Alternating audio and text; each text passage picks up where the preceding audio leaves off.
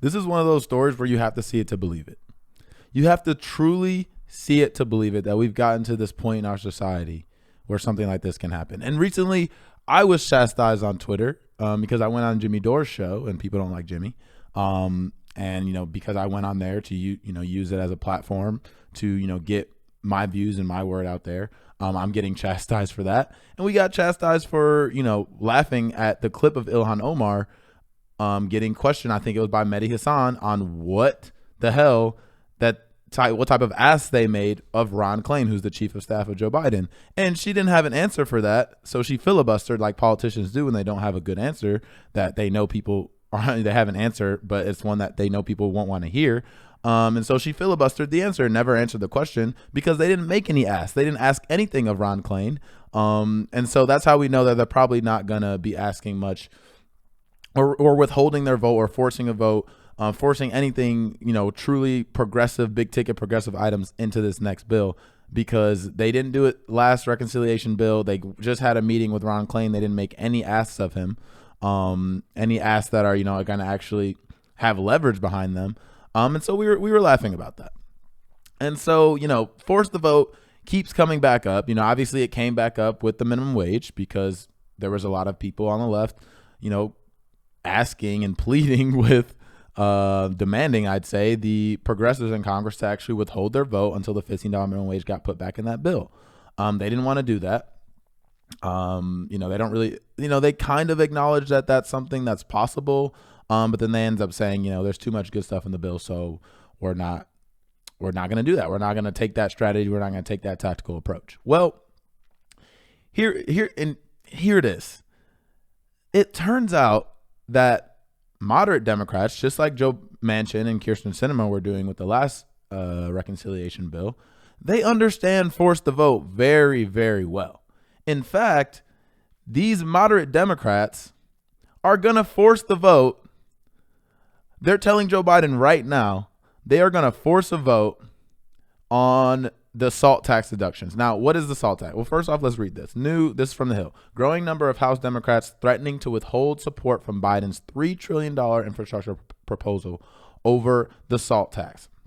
Now, what is the SALT tax? The SALT tax is basically state and local tax deduction. That's what SALT stands for.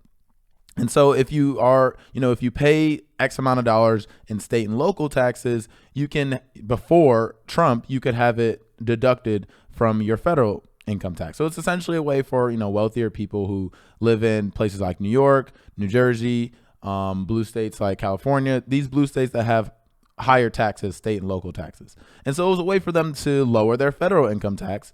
Just another loophole that, rich people can use and have access to that pretty much no one else can, because they don't have,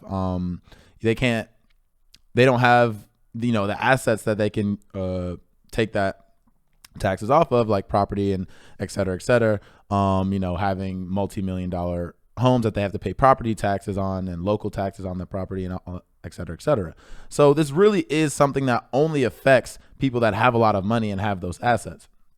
And so the moderate Dems are saying up front, look, we're not going to vote for this damn infrastructure package unless this tax cut for our rich, wealthy donors and rich, wealthy, campaign, bundlers and et cetera, we're not going to vote for this package unless you take that SALT tax deduction out, which is wild, because on this particular issue, just like in 2016, Trump is actually to the left of a good amount of the Democratic Party on this particular issue, because Trump is the one that actually, reduced the deduction that you could do. I think now it's capped at $10,000. Before, I don't know if it wasn't capped or if it was capped at something higher.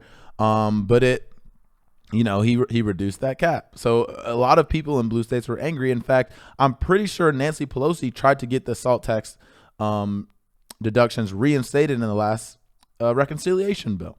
So once again, we see they know how to play politics. People in Washington know how to play politics. They'll play politics and they'll withhold their votes and use leverage to help their wealthy donors, to help their wealthy constituents. But they won't do it over something like a $15 minimum wage. They won't draw that red line there. We can't get moderates, Dems in Congress to do that. We can't get progressives progressive Democrats in Congress to do that over something like $15 minimum wage or Medicare for all or free public college or student debt cancellation. But the moderate Dems will do it over something like the SALT tax deduction, which is just another tax cut for the rich. Isn't that fascinating? Isn't that fascinating?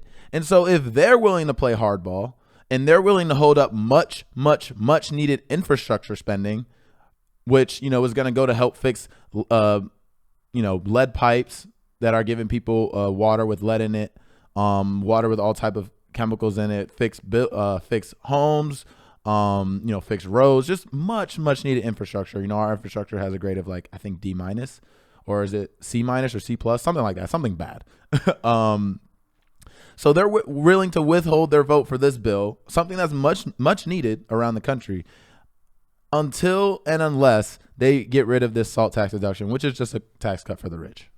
So they're willing to do that for that, but we can't even get progressives willing to do the same exact thing, use the same exact tactic, but for a good purpose, for something that's actually going to help the poor and downtrodden in this country get a much needed raise, which isn't even enough. $15 an hour, like that Amazon employee on bad faith said, is still barely scraping by in Bessemer, Alabama, let alone somewhere like California or New York or Chicago or Houston or pretty much any major city in this country, which we still know people making, even if they are making $15 an hour, they're still probably going to have to work at least another part-time job to scrape, to get by. And it really is to scrape by. And we can't even get progressives in Congress to fight over that, but these moderate Dems will fight over a tax cut for the rich. This is the Democratic Party. This is the party, and if you subscribe to that party, then you have to own the shit that the people in that party do and are pushing for. You can't say, when we passed the American Rescue Plan, it's such a big deal, it's such a big win. It's the whole Democratic Party. We passed this, but then when it's something like Democrats withholding their vote for a tax cut for the rich, oh no, that's just those Democrats. That's those particular Democrats. That's not the whole party. But if the whole party, if they're willing to do that and then Joe Biden caves to them, then that is the party. That is the ethos of the party. And I'm very frustrated and very upset with this, because if they can do it, if they have the courage to stand in their constituents' face and say, I'm not going to vote for this infrastructure package until there's a tax cut for the rich in it, then you need to have the strength and courage to be like, I'm not going to vote for this package until you actually start giving more than a tiny little crumb to people who have been desperate and struggling for decades and really need a boost right now coming out of a pandemic where a lot of them lost their job. A lot of them lost their income. People are going to be kicked out of their house. A lot of people have already been evicted. I don't want to hear it. I don't want to hear it. And if you get mad at me on Twitter for calling them out for doing this bullshit, you can fuck off, because I'm speaking for a lot of people who don't have, who can't afford to be like, it's the lesser of two evils. At least Trump isn't in there, when their life is still falling apart and nothing is being done within Congress to remedy that. So I'm really tired of it, and I really don't want to hear it. And if you want to keep talking shit on Twitter about me, go ahead. Please go ahead. I'm used to having a stadium full of 100,000 people hoping that I fail because I'm on the opposing team, and yelling and screaming and cussing and saying whatever they want to, because they're allowed to do that to us. But we can't get angry and critique politicians that have real power and ability to change people's lives for the better. So I don't want to hear it. And if you think it really affects me, it doesn't. It doesn't. I'm so used to this. And I guess y'all are just going to have to get used to hearing my voice and hearing me critique these people in power who have the ability to do exactly what these moderate Dems are trying to do for their rich constituents.